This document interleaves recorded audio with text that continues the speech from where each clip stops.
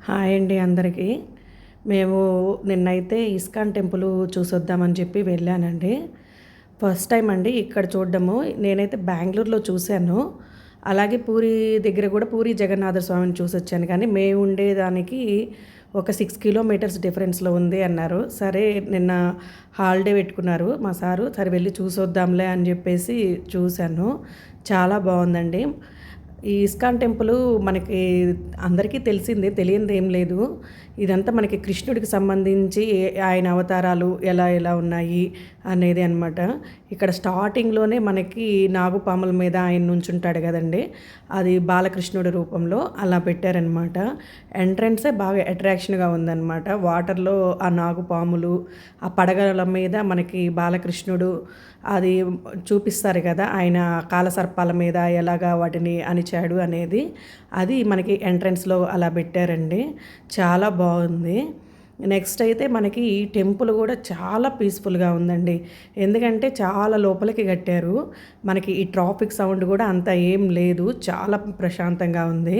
పైకి వెళ్ళే కొద్దీ మనకి అదంతా టెంపుల్ అనమాట. మనకంతా ఈ ఇస్కాన్ టెంపుల్ మొత్తం నార్త్ సైడ్ ఆర్కిటెక్చరే ఉంటుంది ఎక్కువగా.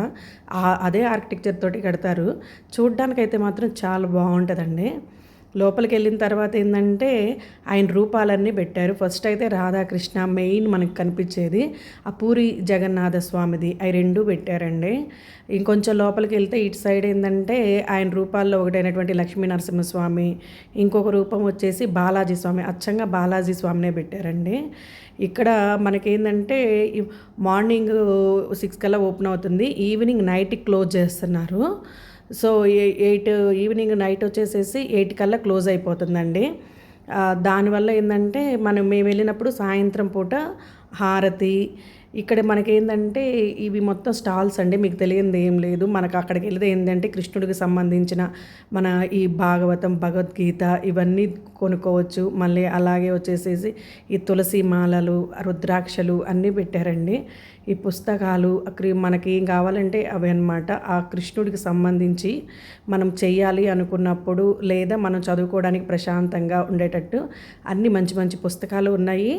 అలాగే ఏంటంటే బొమ్మలు, కృష్ణుడు బాలకృష్ణుడి కాడి నుంచి పెద్దప్పుడు దాకా ఆయన చేసిన అన్ని పనులకు సంబంధించి చిన్న చిన్న బొమ్మలన్నీ కూడా అక్కడ ఉన్నాయి. మేము అయితే ఇంకా వెళ్ళిన టయాన హారతి టైం అయిందండి. ఆ హారతి అప్పుడైతే చాలా బాగుందండి. వెళ్ళంగానే అయితే మంచిగా దర్శనం అయ్యింది. ఆ జనాలు కూడా ఇంక అప్పుడే స్టార్ట్ అవుతున్నారనమాట రావడం కూడా. 2 అవర్స్ అయితే మాత్రం 6:30 కాడి నుంచి మొదలుపెట్టి 8 అయ్యేదాకా 1 అవర్ దాకా అయితే మాత్రం హారతి, పాట కచేరీ, అలాగే వచ్చేసేసి నెక్స్ట్ ఏంటంటే లాస్ట్ ఒక అరగంట వచ్చేసి మనకి ఈ రామాయణంలో కానీ భగవద్గీత గురించి కానీ ఏదో ఒక దాని గురించి చెప్తారంట. అక్కడ ఒకరోసేపు క్లాసెస్ లాగా. మేమైతే ఒక గంట ఉన్నామండి. ఉన్నంతసేపు వాళ్ళు అంతా అక్కడ నార్త్ వాళ్ళే ఉన్నారు. పూజారులుగా కానీ ఆ పాట కచేరీ చేసేవాళ్ళే కానీ ఎవరికి వాళ్ళు ఆ టయానికి ఏంటంటే ఆ భజన బృందం కూడా రెడీ అవుతూ ఉన్నారనమాట. మనకి అక్కడ ఎంట్రన్స్ వెళ్ళేసి లోపలికి వెళ్ళిన తర్వాత వాల్స్ మీద వచ్చేసి మన ఈ కృష్ణుడికి సంబంధించి చిన్నప్పటి నుంచి ఆయన ఏమేమి చేశారు అనేవి మనకి అది చూడండి. ఆ కురుక్షేత్రంది, ఆయన రథసారథిగా ఉండేది, అలాగే బాలకృష్ణుడిగా ఉన్నప్పుడు ఎలా ఉన్నాడు, ఏం చేశాడు, పిల్లలతోటి ఎలా ఆడుకున్నారు, ఇవన్నీ ఏంటంటే మనకి ఆర్ట్ గ్యాలరీ అంటాం కదా, అలాగే వచ్చేసి ఫోటో గ్యాలరీ లాగా పెట్టారు. అవన్నీ చేపించేసి వాల్స్ మీద పెట్టారనమాట.